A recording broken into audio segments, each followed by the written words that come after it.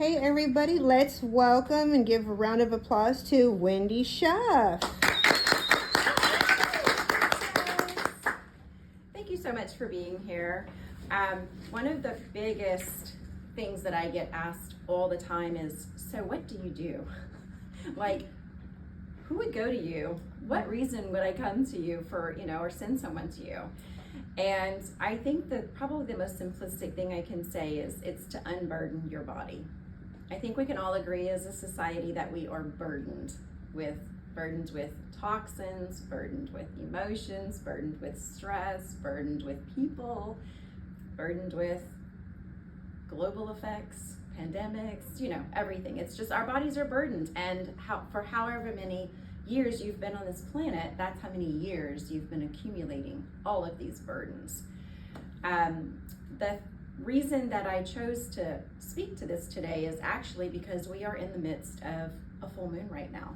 So I don't know if anybody of you went outside last night, but it was absolutely stunning, and it's the blue moon right now. And you've all heard the comment, once in a blue moon, right? Well, that's because this blue moon only occurs about a few times every century. So it's very rare, actually. And the moon's not actually blue, so if you went outside, you'd be like, well, I didn't really notice that it was blue. Well, because it's not really, but it just occurs so infrequently, but it is incredibly powerful. So different moons are different fullnesses. So even though it is a full moon, it has like this extraordinary power whenever it's an extra super moon. So that's really what it is right now, is that it's a super moon. Years ago, I used to work in the emergency room, and we would always make jokes like, it's a full moon, we have to staff extra, or hey, we're gonna have to overstaff because we're gonna have a lot of labor and delivery clients coming in as well. And guys, it was no joke. We literally had to staff extra on full moon nights because there would be more domestic abuse on that night than any other night. There would be more assaults on that night than any other night. There would be more accidents, more vehicle accidents, and there was definitely more babies born on the full moon. So I don't know if any of you have experienced that, having had a baby maybe on the full moon for women, but the pull is definitely there, and it's gravitational. So it's not fictional, and it's not my opinion or anything like that. It's actually gravity, and it's what moves the ocean. So if you can believe or relate to the fact that the tide moves in and out with the pull of the moon, then that directly correlates to our bodies are made of what? Water. And so it pulls us too. So that gravitational pull pulls us too. And that's why this week, you can probably relate. Did you sleep well last night? Did anybody have a sleepless or restless night? And if you were extra cranky this week, or if accidents happened to you this week, I tweaked my back this week. And all of these things occur in and around the full moon more frequently. And that is because of our neurotransmitters and our hormones, particularly serotonin. So serotonin is our feel-good hormone. It makes us happy, it keeps us calm, and it also directly feeds melatonin. So that's one of the reasons why people don't sleep very well during a full moon. You find yourself more restless, and so when the natives are restless, that's kind of how we had the increase in activity in the emergency room, because the natives would get restless and they'd go out and drink more and party more and have more accidents. But the melatonin and serotonin production it's just a real important quality to think about and to learn about, because the serotonin protects our muscles and our bones and our joints. And so that's the big reason why we feel restless or fidgety or agitated, can't sleep well, and have more injuries during a full moon. So when you correlate that to unburdening your body, when people say, what's the easiest way for me to get healthy? Like, what's the start? Like, what are we gonna start with? And it's always getting rid of things. So a lot of people don't like to hear that, because it kind of seems like I'm the bearer of bad news, because I'm going to tell them to get rid of this food or get rid of that drink or get rid of that part of their lifestyle that they were just so attached to. But another huge important part of that, because I feel like I talk about letting go of foods a lot, but another big important part of that is letting go of the toxins in your body. And toxins include parasites. And parasites are incredibly active during a full moon. So that's what gives us the lunatic. That Greek word actually was derived from this full moon week, because people would get lunatic behavior during this week. And it is directly correlated back to parasitic growth, parasitic overgrowth particularly, because we all have parasites. I mean, if you have a pet in your house, you have parasites. You ever walk barefoot? You have parasites. Do you ever eat uncooked foods? You have parasites. And uncooked meaning like lettuce, like our lunch today. It doesn't matter that it's, I mean, it does matter that you wash it, but it doesn't always get off the parasites. So any fresh fruits or fresh vegetables, I grew up in the swamp in Louisiana. We picked blackberries off the side of the crawfish pond roads, swam in, the dirtiest rivers. If you've swam in a lake or river, any body of water that has a natural ground source, you have parasites. There's just so many ways it's unavoidable. And for centuries and centuries, people were wormed. People were always wormed. We just quit doing it because we thought we're civilized now, but we're not. We're not so civilized that we don't get parasites. In fact, we've taken animals into our homes, whereas centuries ago that was not done. Even when I was growing up, animals were not allowed in the house. But today they are. Today they're treated as our fur babies, and they lick you in the mouth, and they all those great things. So it's more imperative now, I feel, than ever before. Also because we globally travel. Centuries ago, people didn't globally travel. We do now. So we pick up a lot more on our trips than souvenirs whenever we travel. And so it's always incredibly important, in my opinion, to unburden your body of parasites, because parasites love to hang out with other friends.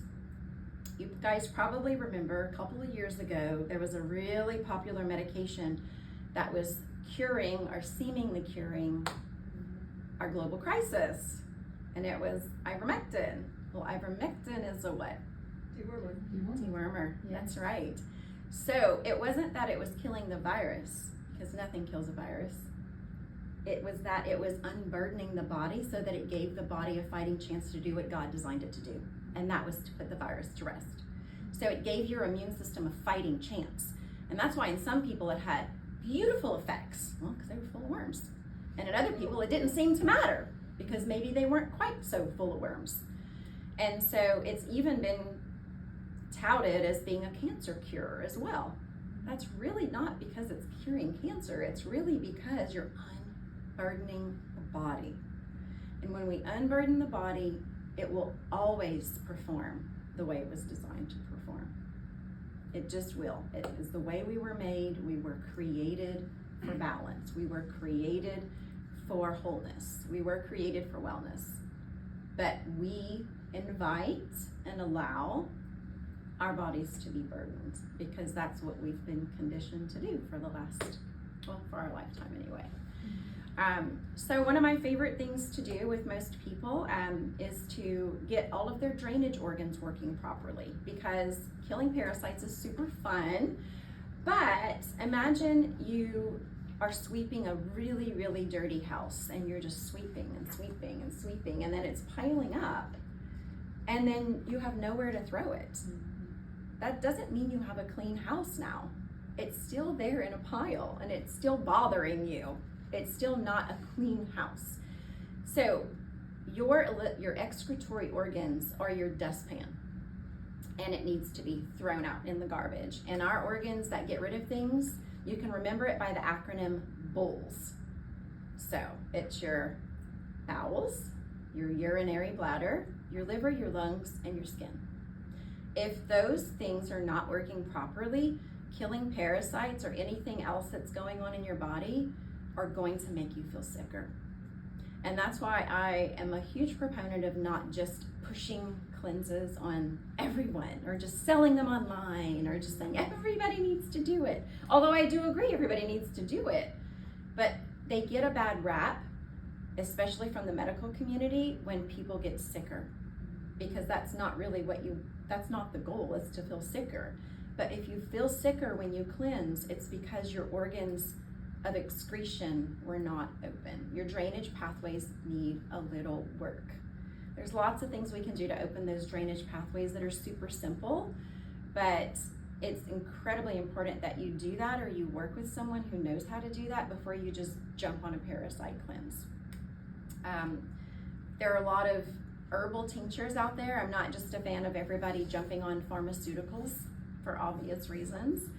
Although I do think the one we mentioned before is mostly harmless, but it's still, there's always a more natural, more holistic approach to that. We have very, very powerful dewormers in nature, like wormwood and things like that. And for a long time, it was your best guess. Like, oh, if you have roundworms, you should use this. Or if you have tapeworms, you should use that. But they're beautiful blends that have been put together by people far more intelligent than I am. And it's a lot easier to just stick with those programs. The one that I really like, that I've been using for quite a while, I've used hundreds of companies' parasite cleanses, and I've never actually seen results.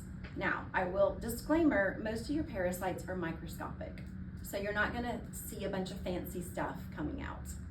But I've actually seen stuff coming out when using the Cellcore products. They're very visible. It's very important that you want to do it when the parasites are most active. So you can cleanse at any time of the year, but when they're most active is when your serotonin drops, which is in the full moon. And so they're extra hungry, which is why you're extra hungry, and they're using a lot of your energy, which makes you you have a lot of extra fatigue during the full moon too. So if you're tired this week, blame it on the moon. So it's only happening once on a blue moon. But it's so important to cleanse during these times. So you have to time it just right, and the little kit comes with this little handy chart, so it makes it incredibly easy. So you have like a beginner, an intermediate, and an advanced, and you'll just cleanse for 3 days. So like the day before, the day of, and the day after. And that's how you get started. It's as easy as that. You can repeat that 12 times a year. You can go a little more advanced as your body tolerates, but it's incredibly easy, and it can be used for the entire family. So the whole kit can be used for a whole family. Even children can do it. And yeah, children need to be dewormed too. We have our first grandchild, and his favorite thing to do when he runs into our house is hug the dogs and open his mouth for them to lick him in his mouth. And I'm like, oh.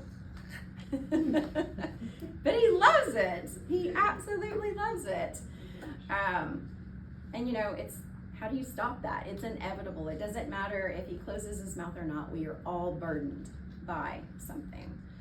And so when people say, you know, what is it you do? The best, I think, summary of that is to facilitate people in learning how to unburden their body so that they can live the healthiest lifestyle they possibly can.